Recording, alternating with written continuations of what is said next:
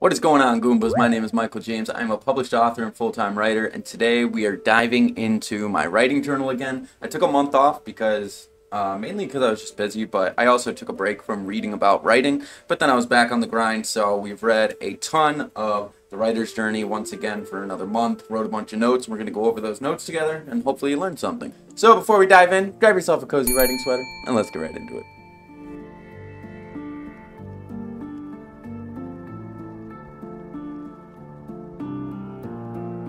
So if you haven't seen the other videos, I would really recommend you check those out first, just because I go over the book as I read through it, so you can learn from the beginning to the end. Right now, I am on page 341, so I've read about 300 pages of it so far. I think there's like 370 or something in the book, so I'm very close to the end, and I've written another like 20 pages of notes, so let's get cracking. Alright, so these notes were taken starting on July 1st all the way to August 1st, and this goes from page 293 to about, let's see, 334. The hero's journey and the writer's journey are one and the same. I love that quote. That's so good. It's so true too. Like, as a writer myself, I can see myself going through these phases of the hero's journey in my own life, like my ups and downs and the trials, and having to learn things over and over until I can progressively reach a climactic goal. Stories have the power to heal by connecting to our emotions and relating to our situations. They inspire us to often think or act in accordance. Stories have survival power, teaching wisdom to readers both through narrative and metaphor. Stories have the power to cause action, acting as a metaphor of one's life and causing them to change. Stories have the power to navigate, acting as a compass to guide, center, and give awareness. Stories ultimately have the power to change lives. And I love that. That is the reason I write. I write because I know it's my way of being able to affect other people and affect their lives and affect the way they live, or the way they learn something, or how they deal with an obstacle in their life. I know I can affect that in a positive and a beneficial way through story, through writing, and that's I just love that. So I love storytelling, and I love teaching about it, because that's the ultimate goal, to be able to have the power to change others. Wishing is a large part of storytelling, generally seen in the intro. For example, Dorothy singing Somewhere Over the Rainbow is her wishing to be in another land. It orients the audience to see the desire, sometimes the first goal of the story. And if you don't know what that means, the first goal of the story, oftentimes there are two goals in the story. The first goal is your character's after something, but then they find out that, oh, this isn't actually what I need this. Or sometimes it's, oh, but if I want this, I have to actually get this first. Or, oh, I thought I wanted this, but I actually want this instead. Oh, I always use this movie, but one example of this is Marty McFly in Back to the Future. His first goal is he wants to get back to the present time that he left, and he's fine with spending a few days in 1955 just hanging out, checking things out. But then he realizes he has a new goal because he interacted with his parents. Have you interacted with anybody else today besides me? Yeah, well, I might have sort of bumped into my parents. Great Scott! And messed up their first time meeting one another, which meant he may not ever exist if they never kissed and never fell in love with each other. So he had to go fix that. So his second goal, or his new goal, became getting his parents to fall in love. Wishes also define the first conflict. An example is, if someone says, "I wish I could sleep," there is a conflict made known, and an underlying goal for peace is presented. Some wishes are not verbal, but indirectly assumed by the audience due to the circumstances in the beginning of the story. It is this wish, this desire for change, which cries out for the story to commence, bringing change into the life of the hero. This cry for change is usually first met by a messenger that leads the hero onto the adventure. The purpose of the adventure is to usually challenge the hero, and often results in a lesson being learned. And this is so true. You see a lot of movies where a character at the beginning says they wish they had something, and actually oftentimes they wish they had something that they don't realize it's not what they want. They actually need something else. They wish they had something, and then someone comes along their side and pushes them into the adventure, allowing them to have it, and or pushing them towards that goal, and then they realize they're after something else completely. I love this quote right here, be careful what you wish for. I mean, we've all heard it, but it's true in storytelling. Most wishes are something the hero wants in the moment, but over the course of the adventure, the hero realizes it's something else they truly need. At first, it may seem cruel when fate takes something away from a hero or challenges their very life, but fate's true intention is benevolent, as it teaches the hero something new. Noba, not only but also. Here's a truth you know perfectly well, but there's another dimension to this truth for which you may not be aware. Not only are bad habits holding you back, but also they will lead you to your destruction. Or, not only are you suffering through trials, but also these trials will be the very means of your victory. I love that. Keeping that in mind when you're writing a story or trying to figure out what this conflict should do in my story, you can just write, not only is my hero facing this struggle, but also this struggle will ... And you can figure out where you want the story to go using that. A story is like a long sentence or paragraph with a subject, the hero, an object, the hero's goal, and a verb, the emotional state or physical action of the hero. So, one example is someone wants something and does something to get it. This is without Noba. Someone wants something and does something to get it, but there are unexpected consequences which forces them to adopt or change in order to survive, which is with Noba. The aim of good storytelling is to get the audience to make the wish along with the hero. Oh, I love that too. Like you want your hero's wish to be relatable and something that your audience is engaged with and interested in. What happens to the hero happens to the audience through an emotional connection, indirect relatability. Audiences identify with heroes in threatened positions where their wish may not be granted and their need may not be met. Storytellers are in the wish-granting business. You get 3 wishes. They must begin with rubbing the lamp and saying, I wish. Got it? I love that line. That's a good one. Sometimes characters get what they want, but they pass it up for what they truly need. These stories serve as a caution to the audience. Stories often start with wishing and wanting, but there is no movement. As the story progresses, the hero must begin to use their will, as action takes willingness. The more they use their will, the more the wish transitions to the need. Marty McFly wished to be a rock star and play for the school dance. His wish was granted, but only after nearly losing his life and learning to value what he had. Hey guys, you gotta get back in there and finish the dance. Hey man, look at Marvin's hand. He can't play with his hand like that, and we can't play without him. Yeah, well look, Marvin, you gotta play. See, that's where they kiss for the first time on the dance floor, and if there's no music, they can't dance. If they can't dance, they can't kiss. If they can't kiss, they can't fall in love, and I'm history. Hey man, the dance is over, unless you know somebody else that can play the guitar.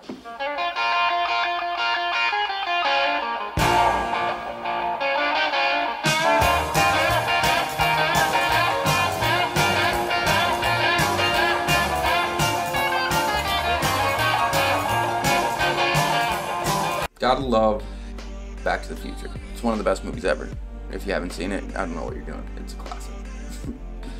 Alright, so I think that is all about the means of like wishing and the purpose of story. Now we are going to be getting into polarity.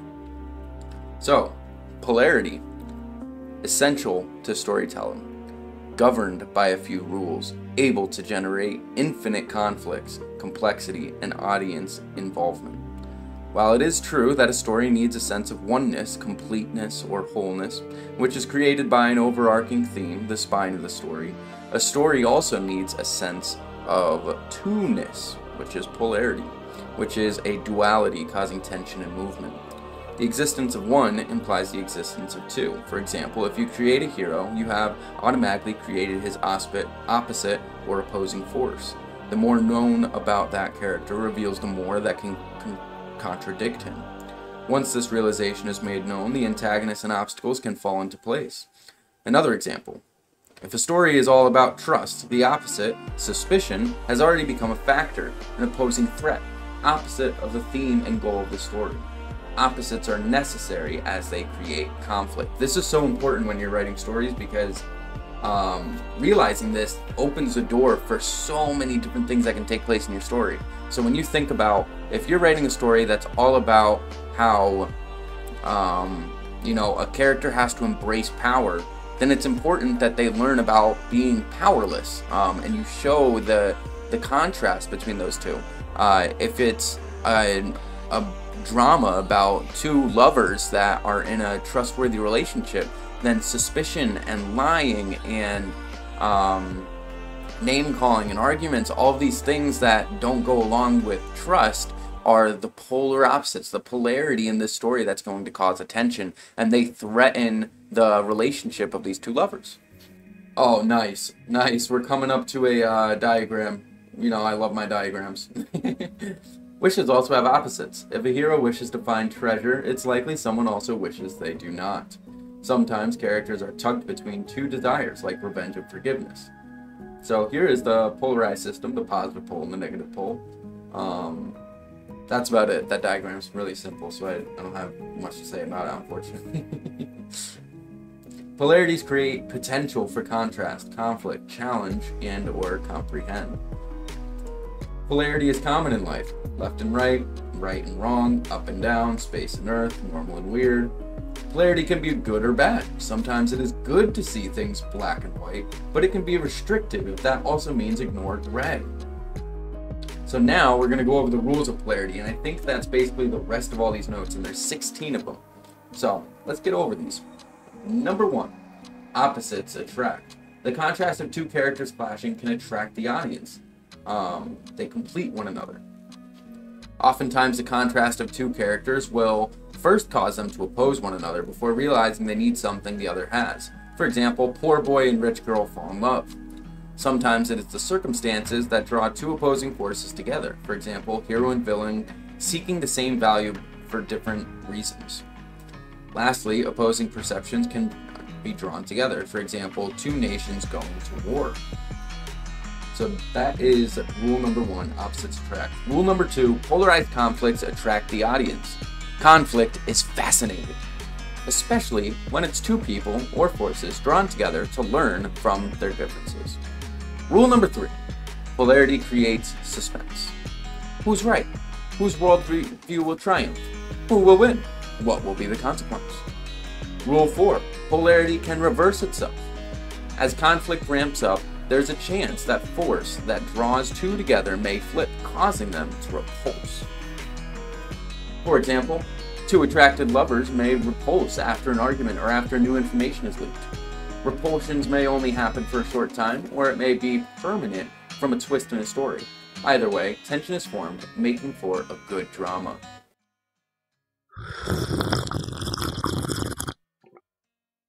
So oftentimes it is so easy to remember to have opposites attract, but it's not easy to remember to also have them repulse and be disgusted with one another at different times and create that drama in your stories. So don't forget that.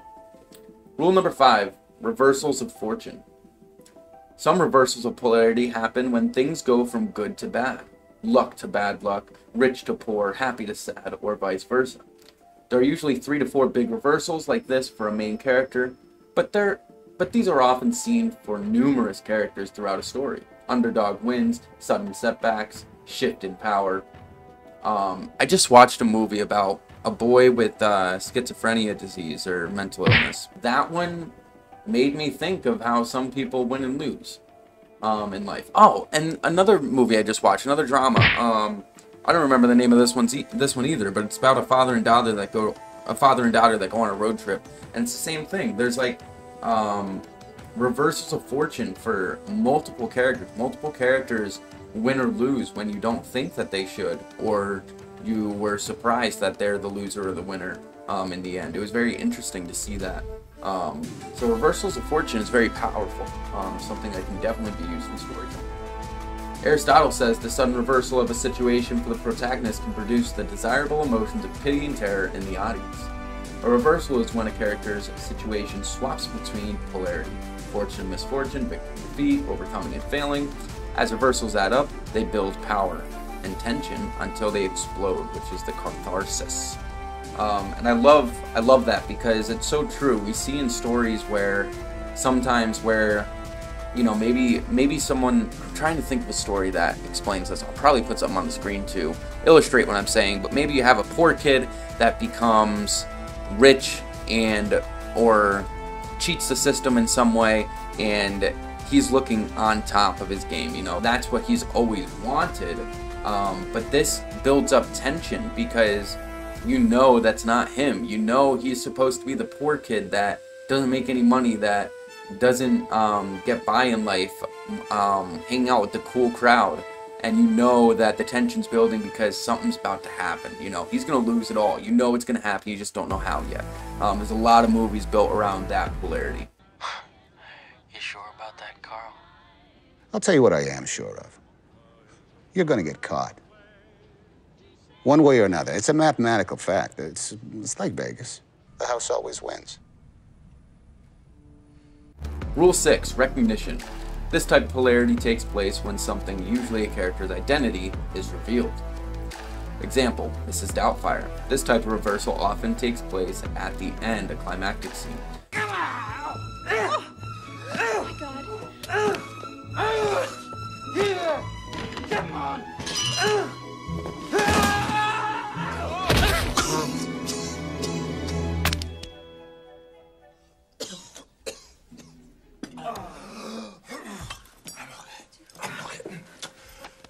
You all right there?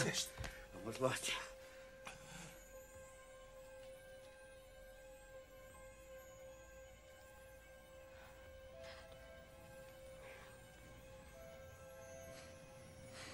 Daddy?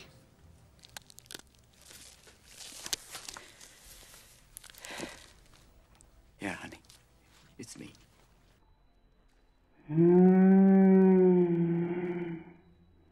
It acts as a double reversal, as both a character's identity or a long-lost lover is found out, and the tables often turn. So with Mrs. Doubtfire, when the character is revealed as the father, it's like, oh my goodness, it was you all along. And he's also not hated by the wife anymore, which I don't remember. Do they get back together? I doubt it. I don't think they get back together, but he's allowed to see his kids more often, I think.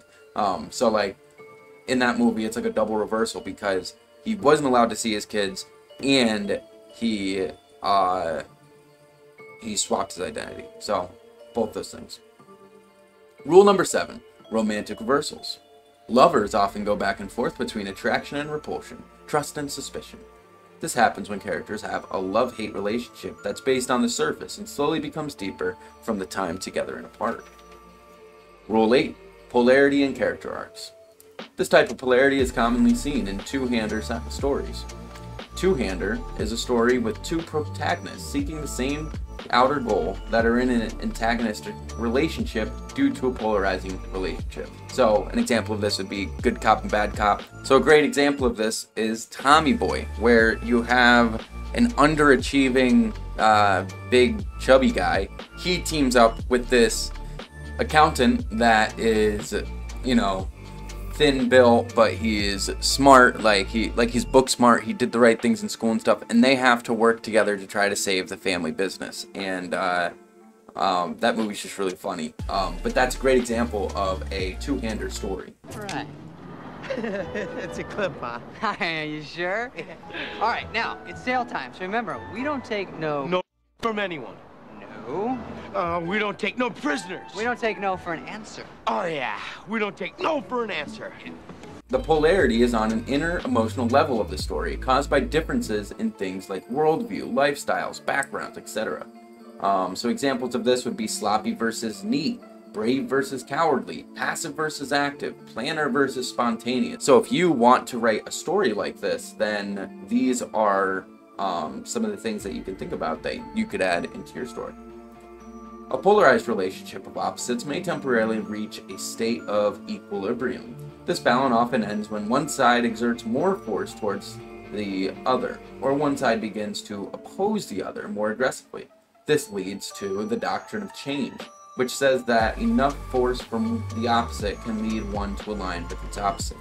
So an example is a saint was once a great sinner, or a coward becomes a hero, or lovers are turned to hatred.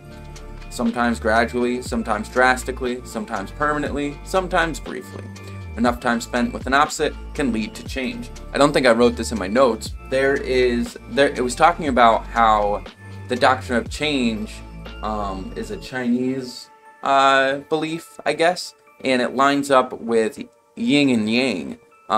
Because if you look at the yin and yang, which I hope I'm saying that right, it's the white, like, comma-looking shape and the black comma-looking shape, and they're, like, always coming around at each other, but there's a dot of each color inside of one another. And that kind of illustrates this. Like, this saint, he's white on the outside, used to be a sinner. He's got that little seed of sin inside the center of him. So it always means that he could go back to that. There's that tiny bit of him inside of him. And vice versa, you know, a sinner, you know, who is an evil guy or a bad guy in a story might have that little seed of love in him, maybe planted from his mother or planted from a memory he has, and that little seed of love inside of him can cause him to do the right thing one time. So, like, that was just an example that I thought was really good. I didn't write it in here, but I was just thinking about it now.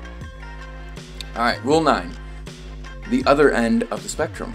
When a character switches pole of polarity, often another character will also switch. For example, if Jack is a hard worker and John is lazy, once Jack becomes lazy, it might cause John to become a worker, walking in each other's shoes. And this is something you see in a lot of movies as well, and I can't think of an example at the top of my head, but a lot of times when you have you have two friends, one of them is pretty successful in his life, the other one not so successful. When the not so successful one becomes successful, he oftentimes bypasses his friend for a while and takes things to the extreme, whereas his friend is now looking like the opposite in retrospect of where the main character's gotten to at this point.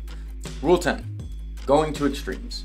Switching polarities often leads to mistakes. A shy person may overstep in their newfound confidence and come off haughty or obnoxious. This may cause a snapback to shyness to the extreme as well, crawling into the corner out of embarrassment. People often overcompensate when learning. Oh yes, we got some charts coming and they're good ones. Rule number 11, reversal of the reversal. What often creates drama is when a character leaves their comfort zone, but this rarely lasts forever. Though the reverse to the polar opposite, there's often a second reversal in stories, back to their true nature. People will often take their new knowledge during the first reversal back with them when they return to the second reversal. This means they have changed, but it's not a perfect 180. So an example of this would be what characters look like when they first meet would be Jack's comfort zone and John's comfort zone are on polar opposites. They're friends, right? One of them is rigid and controlling, the other one is loose and relaxed. But in stage 2 of the story, under pressure from John, the main character Jack begins to oscillate, experimenting with extremes of behavior. So you can see how he's going back and forth between his rigid and controlling side on the extreme and loose and relaxed on the extreme, going back and forth, and John is pushing against Jack. And then the next one we see is that Jack experiences temporary reversal of polarity, pushing John towards opposite pole. So what happens is Jack gets an extreme boost of confidence to go to the other side, and his extremeness kind of causes John to step back, shy away almost a little bit. So he goes to the other side. And then in number 4, we see Jack and John return to their original comfort zones at the end of the story, but closer to the center, with expanded possibilities, allowing experience of both sides of the polarity. So now they have both grown as characters, and they're okay with both sides a little bit more. So if I were to give an example of this, it would be, you know, let's say Jack and John are friends, and they're going to the bar. One is rigid and controlling, one is loose and relaxed. Jack wants to be home by 10. John says, let's stay out till they close, right? So then, number 2 would be John trying to push Jack into doing things. He's trying to push Jack into, come on, take one more shot with me, or come on, let's go try to beat these guys in darts, or come on, let's go talk to these girls, and trying to push Jack out of his comfort zone to do a little bit and live a little, you know. And then finally, he pushes Jack so hard that either maybe Jack's like, you know what, I will do it. I'm just gonna like throw it over the top. You know, Jack gets an extreme confidence booster and kind of surprises and almost causes John to step back. Like, whoa, okay, dude, like calm down. And that's why he reverses to the other side in stage 3. Or another way you can look at it is maybe Jack gets drunk. Maybe while they're at the bar, John has given him enough drinks that now Jack is super loose. He's on the extreme of the loose side, and he's like flaunting himself everywhere. He's singing karaoke on the stage like a drunk. He's playing darts and playing pool, and he's just going out all out. And now it's like way past the time he wanted to leave and all kinds of stuff, right? And then stage 4 is when they sober up, right? And, you know, maybe they go home and, you know, maybe between 3 and 4, Jack gets kicked out and then John has to walk him home, bring him home. He throws up on the way and they both fall asleep in the hotel room. They wake up the next day and now they're back on their original sides, but Jack's lived a little and John's seen a little like too much living, so now he's ready to relax a little more. So now you can see how they would be able to expand on both sides a little bit more. So that would just be my example of that, but you see this in stories often. So these stages allow for an audience to experience all the points of polarity as well as points in between. So that is how you kind of that's how you take an interesting story where you have two characters that are totally different and you make them kind of show your audience what would happen if a nerd hangs out with a jock. And your audience is like, ooh, I wonder what would happen. And you try to show them every aspect of the polarity. You know, you show where the jock becomes part of the nerd a little bit. The nerd becomes part of the jock a little bit. And then how they're evened out in the end. Rule number 12. Polarity seeks resolution. Sometimes it takes a third party to resolve a conflict of polarity. A mother that breaks up an argument between two brothers, for example. The protagonist is the thesis. A thesis is a statement or theory that is put forward as a premise to be maintained or proved. I love that. Love that so much. The antagonist is the antithesis.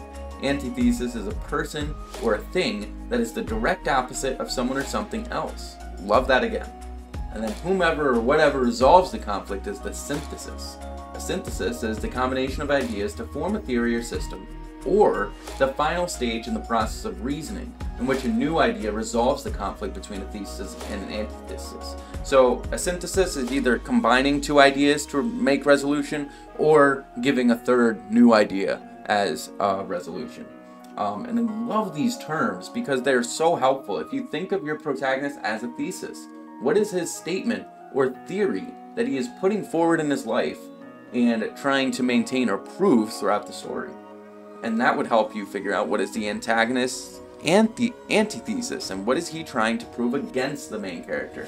And then you can think about what is going to be the synthesis. Is it going to be that they have to come to their own resolve together? Is it going to be that they have to kill each other before they find out? Or is a third person going to come in and resolve the conflict? Oftentimes, the synthesis in polarizing stories is a realization. For example, two lovers realizing their argument was all a misunderstanding. Rule number 13. Polarized universes. Polarity can be both large and small. Large scale, an alien planet versus human planet, lower class versus upper class, robots versus humans, cowboys versus Indians, or small scale. Hate versus love, me versus bully, my desire versus their expectation. So like, it can be like just an individual conflict, or it can be like a group conflict. Most large-scale polarities are evident, easily seen in the story, while small-scale polarities might be an internal conflict or an undertone, which is very true. Like if you see a story that talks about, maybe it's a drama between a kid going to high school and struggling in high school, you know, it's not like it's always super obvious right off the get-go that they are shy or that they're being bullied or that something's going on unless you see the physical aspect of it. Sometimes it's just you're getting an undertone, you're getting a feeling because of the emotions they express on their face or the lack of conversation they have or the lack of friendship and stuff like that. So that is something to keep in mind as well. Rule number 14, inner polarity. Inner struggles or divides cause a clashing polarity within oneself. This can be seen in characters that are back and forth in their decision making or have multiple personalities. So example is Gollum and Smeagol. And I think it's in The Two Towers where you see them talking to each other, and Smeagol is trying to listen to Master Frodo while Gollum is like desiring the ring. They will cheat you, hurt you, lie. Master's my friend. You don't have any friends. Nobody likes you. Not listening. Not listening. You're a liar. And a thief. No. Murderer. Rule number 15, Aegon polarity. Aegon is a Greek god symbolizing struggle and conflict. Aegon also means judgment. Aegon polarity is often seen in competition or courtroom. Who's right? Who will win? The word agony derives from Aegon, the thrill of victory, the agony of defeat. I love that quote from the book. Aegon polarity thrives on pitting one versus another. Sometimes this can be external protagonist versus antagonist, or internal creativity versus laziness. And then finally, Rule 16, the last one. Polarity gives orientation. Polarity, like a compass, helps give a reader direction. It points out the good and bad, signals what type of shifts to expect, and helps readers determine who has the power. Polarity helps an audience align themselves for or against characters in a story. So remember in the very beginning, I was talking about how the purpose of a story is to give direction to someone, to change someone's life because they can be engaged and interact and feel connected with the main character, right? Well, polarity is the way to make them connect. So you might say, okay, I understand. I need to make my readers feel like they are connected to this story. I need to make them feel like they are in this story. How do I do that? Through polarity. Put polarity in your stories and it will make the world of a difference, helping you, like I said right here, polarity helps an audience align themselves for or against characters in a story. So with polarity, you can make it so much easier for your story to be relatable because polarity is very realistic. It's very real life. It's something we have. And ultimately, it acts like a compass. And I said that in the beginning as well. Like a story should act like a compass to your reader. And you might ask, how do I point them in the right direction? With polarity. You show them the extremes on both sides. You show them where the resolve is. You show them what it looks like when these two are pitted one against one another, or when lovers are at odds with one another, or whatever the case may be. So that is all the notes I took for the month of July. I hope you enjoyed them. I hope you learned something. And as always, check out this book if you haven't read it. This book is probably one of, it's easily the best book I've read in my life that's nonfiction. It's just incredible. And it is chunky, but reading it with a cup of coffee, like, it's very enjoyable. The writing style is very good. The one thing I don't like is that there's not much storytelling in this, but I do like that there's a lot of like movie examples in this, because it kind of makes up for the lack of storytelling. You know, you don't really know anything about Christopher Vogler, the writer, unfortunately, but you know a lot about what he studied, and it's very interesting. So yeah, I have about 30 pages left, so I'm going to finish this month probably, and that will be it with this book. And then we'll probably move on to something like Save the Cat, because that's another popular writing book or screenwriting book. And then from there, I have a few other books to choose from. I have tons of books I'm writing that I want to get through, because the ultimate goal is to write my own book on how to write a book. I love writing. I love talking about outlining. I want to share that with others. I want to teach it. That's what I do for a living. So, I mean, that's why I study this stuff. But now I'm sharing it on YouTube with the world, because I want you guys to learn too, especially if you're writers with a dream. I mean, I had a dream 5 years ago, and what I started doing was watching hours of YouTube, listening to hours of podcasts, and listening to lectures and college teachers and all kinds of stuff. And I didn't even go to college. I just looked up online free college courses that I could take. Some of them were good, some of them weren't, but you just gotta keep going. And I listened to thousands and thousands of hours on writing. and it just became something I love. And now I want to write my own book like this. So yeah, that's why I'm kind of sharing this. Part of it's because it makes it easier for me to memorize when I'm reading my notes out loud and remembering it. But it also makes it, I want to put it out there for you guys to learn from. So yeah, that's all I have for you. If you want to know more about writing and some of my other writing tips, you can check out my Skillshare course on writing tips. I think I have like 21 or 22 up there. And you can check that out. It's a pretty quick course to go through. I'm probably going to add more tips in the future.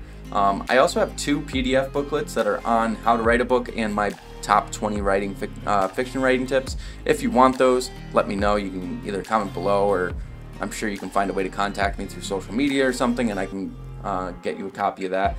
They're $5. But yeah, no more plugging. I guess that's it. I'll see you in the next one.